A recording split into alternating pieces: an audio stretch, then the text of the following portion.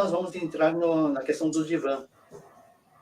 Em que momento que nós podemos utilizar o divã? Há momentos eu falei que eu prefiro fazer a associação livre no face a face. Porém, há momentos que você pode fazer no divã. Inclusive, há casos que eu tenho atendido onde a pessoa estava assim, deitada no divã, que na verdade eu não tenho divã, é um sofá mesmo, tá? Um sofá com almofada. Uhum. O divã não necessariamente tem que ser aquela cadeira lá com uma ondulação. Uma mobília. Né? Não é isso. O divã é uma mobília que você pode usar para que o paciente possa esticar a perna e estar de uma forma confortável. Teve uma época que eu saí para fazer uma ação social e não tinha divã, e eu acabei pegando uma maca de um médico. E a maca virou divã. Né? Então, assim, não é o tipo de mobília que você vai usar que vai dizer se é divã ou não. Mas a partir do momento que você tem uma mobília ou um espaço onde o paciente possa esticar a perna e estar de uma forma confortável, isso é o divã. Tá? E eu lembro de um caso, por exemplo, um caso específico, onde, enquanto eu dei o tempo para que a pessoa fizesse uma associação livre, à medida que a pessoa ia falando, eu percebi que no divã, ele começou a se encolher. Virou assim de lado, começou a se encolher, e no final ele acabou ficando numa posição fetal. E aquilo me chamou a atenção. E quando eu vi aquela posição, eu perguntei para ele, o que você está sentindo? E o paciente me respondeu dizendo, eu sinto a falta da minha mãe. A minha mãe faleceu quando eu tinha 1 ano de idade. E desde então o pai dele nunca mais se casou, não se relacionou com ninguém. Foi o pai dele quem criou, ele e os seus irmãos. Porém, ele nunca teve uma figura materna dentro de casa. Então, assim, cada detalhe que você perceba, se você puder anotar, anote. Mas não tire os seus olhos do seu paciente. Faça com que o seu paciente sinta que ele está, que você está prestando atenção no seu paciente. Tá? Existem pessoas profissionais ou colegas que usam o divã também para fazer uma hipnose. Vamos lembrar que a hipnose, existem a hipnose teatral e a hipnose terapêutica. E dentro da hipnose terapêutica existe a hipnose clínica. Então, eu não sou hipnoterapeuta, mas eu uso algumas ferramentas da hipnose para tratar o inconsciente, ou para acessar o inconsciente da pessoa. Tá? Então, mas não necessariamente.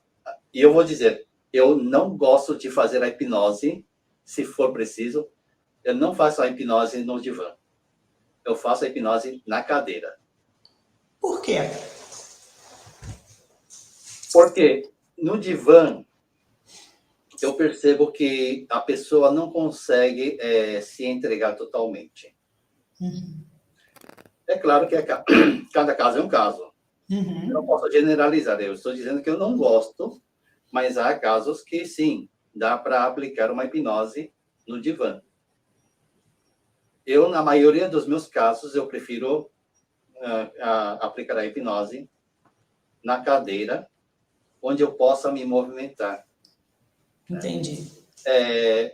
Uma das técnicas que eu utilizo também, enquanto faço a hipnose, é usar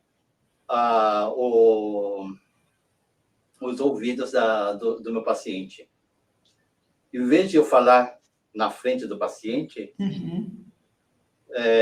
Já no estado hipnótico, o que eu faço? Eu me levanto, vou para trás do paciente e eu começo a falar primeiro do lado direito e daqui a pouco eu falo do lado esquerdo também. Porque enquanto o paciente ele está com os olhos fechados, se você começa a usar os dois lados do ouvido, isso faz com que ele se concentre mais ainda, né?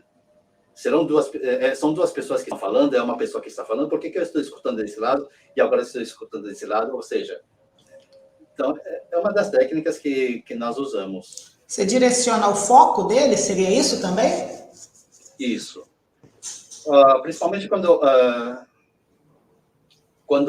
eu tento acessar o inconsciente da pessoa e a pessoa, por algum tipo de medo ou algum bloqueio, ela não consegue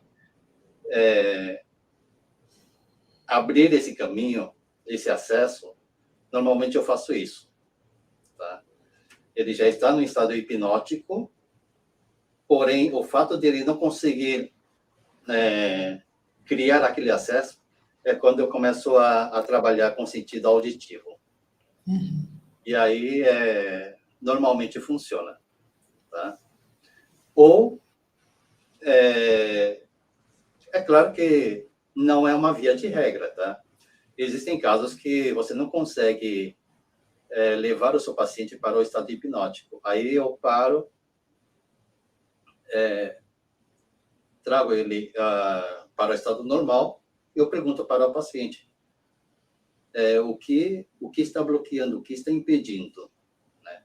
E, às vezes, o próprio medo do desconhecido pode gerar também esse bloqueio. Tá? Então, antes de você aplicar uma hipnose, se você souber aplicar, é importante você transmitir essa confiança para o seu paciente.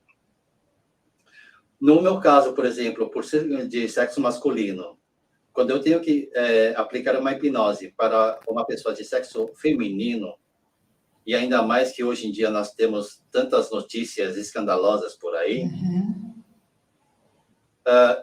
eu me apresento e eu apresento também o tipo de trabalho.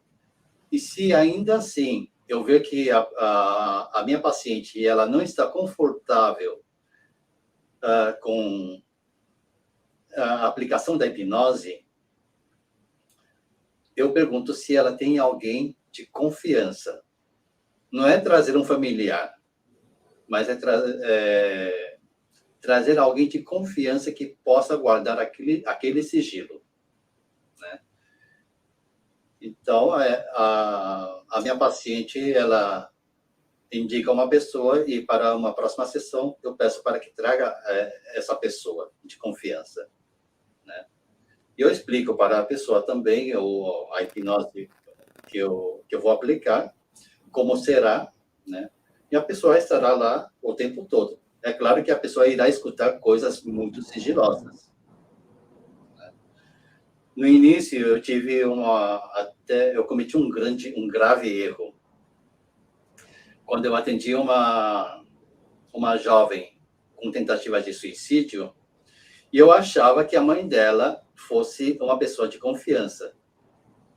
E aí, para ajudar essa moça, eu falei, olha, eu vou aplicar uma hipnose. Você se importa se a sua mãe fica aqui com você? E ela falou que não. Só que ela falou um não, e eu não sabia que ela falou um não meio que forçado, porque a mãe dela estava por perto. E o que aconteceu quando ela entrou no estado hipnótico? A causa da tentativa de suicídio dela era a própria mãe. Caramba. Quando a mãe dela escutou isso, ela quase caiu para trás. Eu apenas tive que segurar a mãe dela, terminando a aplicação da hipnose. Eu não sei se foi favorável, mas, enfim, naquele caso especificamente foi, porque aí a mãe dela pôde entender também o que a sua filha estava sofrendo e as duas se reconciliaram. Né? Mas, depois disso, é claro que eu acabei fazendo mais algumas sessões para trabalhar com essa jovem. Então, eu quero dizer a vocês, pergunte para a sua paciente ou seu paciente quem é a pessoa de confiança e veja se é realmente essa pessoa que ela está dizendo é uma pessoa de confiança mesmo.